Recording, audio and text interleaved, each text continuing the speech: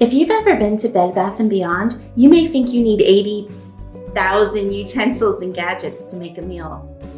You don't. Egg yolk separators, garlic peelers, banana slicers. These are unitaskers that do one specific job that a knife and cutting board or your hands could do just as easily. So save your money and save space by focusing on what you actually use and need.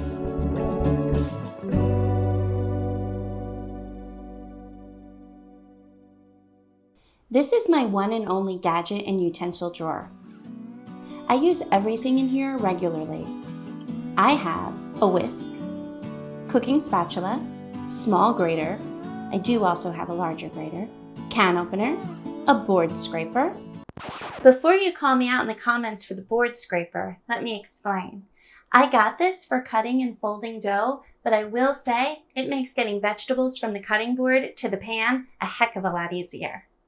Ladle, slotted spoon, basting brush, potato masher.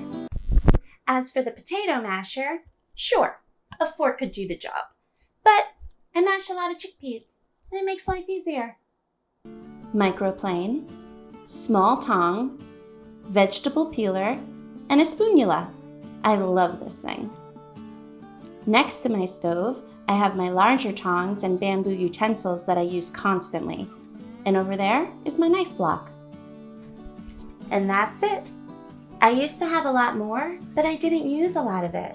Don't get me wrong, I'm not a staunch minimalist. I have egg cups that I rarely use, but I feel happy and fancy when I do. Excess, unnecessary kitchen crap, on the other hand, doesn't make me happy.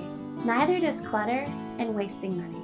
Trust me, you don't need a corn stripper, pineapple corer, or 3-in-1 avocado slicer if you own a knife. So next time you're faced with a big bad gadget wall and you're tempted to buy something, ask yourself, could something I already own do this job just as easily? Chances are the answer is yes. So save your money, save the space, and save whatever it is from inevitably going into the trash. Thanks for watching. Like and subscribe for more.